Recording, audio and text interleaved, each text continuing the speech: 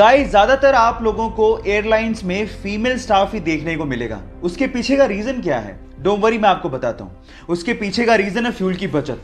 अब आप लोग कहेंगे फीमेल स्टाफ और फ्यूल की बचत, इनका आपस में क्या कनेक्शन है?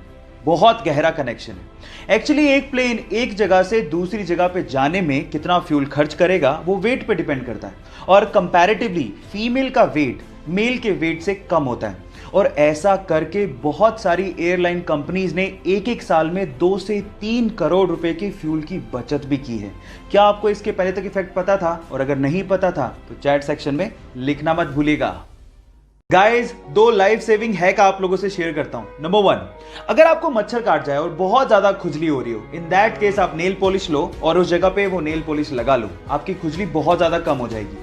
नंबर 2, अगर आप प्याज काट रहे हो और बहुत ज्यादा आंखों से आंसू निकल रहे हैं, इन दैट केस आप च्युइंगम चबा के प्याज काटिए, आपकी आंखों से आंसू आने बहुत ज्यादा कम हो जाएंगे। इन हैक्स को लोगों के साथ शेयर जरूर करिएगा ताकि आपके साथ साथ लोगों को भी फायदा पहुंचे। Thank you. गाइस, क्या आपको पता है कि हमारे देश में एक बार 0 रुपए के नोट भी छापे गए थे? अब आप लोग कहेंगे 0 रुपए के नोट वो किस काम के? डोंट वरी, मैं आपको बताता हूं। ये 0 रुपए के नोट आरबीआई ने नहीं बल्कि फिफ्थ पिलर नाम की एक संस्था ने छापे थे, और उन नोट्स के ऊपर लिखा हुआ था कि अगर आपसे आपके हक के काम के लिए कोई रिश्वत मांगे तो उन्हें ये नोट दो और हमें बताओ। ये एक्चुअली एक तरीका था अपना गुस्सा जाहिर करने का, क्योंकि आपके हक के काम के लिए कोई रिश्वत क्यों मांगे।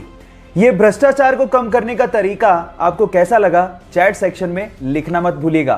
गाइस, आप लोगों ने अक्सर सिटी का टूर कराने वाली बसेस को सड़कों पे चलते देखा होगा, लेकिन नीदरलैंड में कुछ ऐसी बसें हैं जो कि सड़कों पर चल के सिटी का नजारा तो दिखाती हैं, वो अचानक से नदी में उतर जाती हैं और उसके बाद पानी में चल के सिटी का नजारा दिखाती हैं। 2017 से ही आधिकारिक तौर पे नीदरलैंड में इन बसेस को चलाया जा रहा है, जिन्हें हम रिवर बसेस के नाम से जानते हैं। सो गाइस, क्या आप लोग भी कोरोना काल के बाद ऐसी बसों में नदी में उतर के सिटी का टूर करना चाहोगे? चैट सेक्शन में लिखना मत भूलिएगा।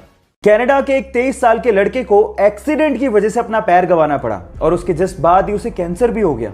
डॉक्टर्स ने कहा कि तुम कैंसर की वजह से ज्यादा दिन तक जिंदा नहीं रह सकते। तब उसे समझ में आया कि कैंसर पे रिसर्च कितनी ज्यादा जरूरी है ताकि लोगों की जान बचाई जा सके। उसने सोचा कि मरने से पहले वो पूरे कनाडा को पैदल अपनी एक टांग पे नापेगा और कैंसर रिसर्च पे फंड रेज करेगा। उसने 12 अप्रैल 1990 को पैदल चलना शुरू किया और लगभग 143 दिनों में 5373 किलोमीटर नाप डाले। कुछ ही मील बाकी थे, लेकिन उससे पहले ही उसकी मृत्यु हो गई। उस 23 साल के लड़के ने पूरे कनाडा के लोगों का दिल जीत लिया। आज भले ही वो जिंदा ना हो, लेकिन कनाडा के लोगों के दिलों में वो आज भी जिंदा है। उसका नाम है टेरी फोक्स, और उसके जज्बे को मैं दिल से सलाम करता हूं। हमारे देश इंडिया के बारे में 2 ऐसे फैक्ट जिसे जानने के बाद आपको गर्व फील होगा। नंबर 1, चांद पे पानी मिला है, ये तो सब जानते हैं, लेकिन क्या आपको पता है कि चांद पे पानी की खोज किसने करी थी? डोंट वरी, मैं आपको बताता हूं। वो हमारी ही नेशनल स्पेस एजेंसी इसरो ने की थी। नंबर 2, पूरी ही दुनिया में नोबेल प्राइज को सबसे बड़ा प्राइज माना जाता है, लेकिन क्या आपको पता है कि पूरे एशिया में सबसे पहला व्यक्ति जिसे नोबेल प्राइज दिया गया था वो कौन था? डोंट वरी, वो भी मैं आपको बताता हूं। वो थे इंडियन, यस, रविंद्रनाथ टैगोर, जिन्हें 1913 में लिटरेचर के लिए सबसे पहले पूरे एशिया में नोबेल प्राइज दिया गया था। क्यों? इन 2 फैक्ट को जानने के बाद हुआ ना आपका सीना गर्व से चौड़ा? सो गाइस, इसको शेयर करना लोगों के साथ मत भूलिएगा।